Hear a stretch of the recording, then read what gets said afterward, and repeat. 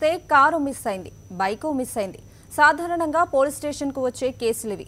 అయితే ఇప్పుడు ఏకంగా కుటుంబాలే కనిపించకుండా పోతున్న కేసులు ఎక్కువయ్యాయి. ఫ్యామిలీ మెంబర్స్ మిస్ అయ్యారనే ఫిర్యాదులతో జనం పోలీస్ స్టేషన్ మెట్లెక్కుతున్నారు. భాగ్యనగరంలో ఎందుకిలా జరుగుతోంది? ఈ మిస్సింగ్ల వెనుక మతలబేంటి? హైదరాబాద్ నగరంలో గడిచిన నెల రోజుల్లో ఏకంగా 9 మంది అదృశ్యమయ్యారు. ఇందులో 3 చిన్నారులు, 2 విద్యార్థులు ఉన్నారు. మిగిలిన వారు గృహిణులు. సంతోష్ నగర్ పిఎస్ పరిధిలో 3 పిల్లలతో పాటు తల్లి కనిపించకుండా పోయింది. జమాల్ కాలనీలో నివాసముండే ఫాతిమా, సుల్తానా, మహమ్మద్ అజీముద్దీన్ దంపతులకు 3 సంతానం.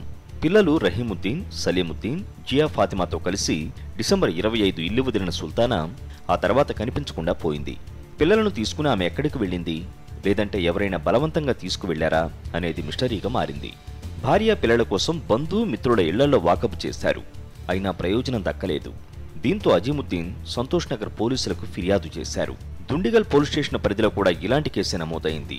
సురారం కాలనీ రాజీవ్ గృహ కల్పకు చెందిన రోహిత్ పాండ్యా, సంజన పాండ్యా భార్యాభర్తలు.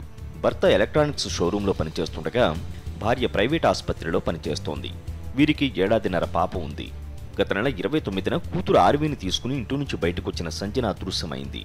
భార్య బిడ్డల ఆచూకీ కోసం ప్రయత్నించి విఫలమైన రోహిత్ దుండిగల్ పోలీసులకు ఫిర్యాదు చేశాడు.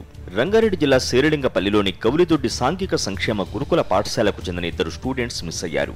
వికారాబాద్కు చెందిన మమత 9వ తరగతి చదువుతుండగా సైదాబాద్కు చెందిన ధరణి 8th క్లాసు స్టూడెంట్.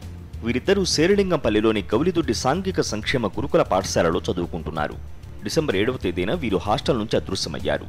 వీరి కోసం గాలించినా ఎలాంటి జాడా దొరకలేదు.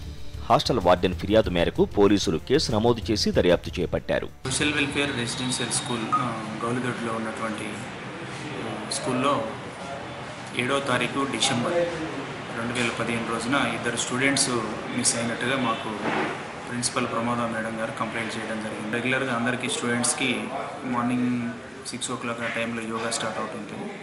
ఆ యోగా కన్నా ముందే వాళ్ళు హాస్టల్ నుంచి ఎవరికి చెప్పకుండా వెళ్ళిపోయినారు.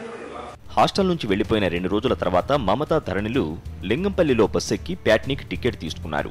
కానీ మధ్యలోనే మియాపూర్లో దిగిపోయారు. కండక్టర్ ఇచ్చిన సమాచారంతో పోలీసులు అప్రమత్తమయ్యారు. ఆ తర్వాత అక్కడే ఉన్న కలవరి టెంపుల్కు వెళ్లిన అమ్మాయిల జాడ దొరకలేదు. మళ్లీ టెంపుల్కు వస్తారని క్రిస్మస్ రోజున పోలీసులు నిఘా పెట్టినా ఫలితం దక్కలేదు. నెల రోజులు కావస్తున్న 2 అమ్మాయిల జాడా తెలియలేదు. ఏం జరిగిందన్నది మిస్టరీగా మారింది. ఆ 2 అమ్మాయిలు ఏమయ్యారు?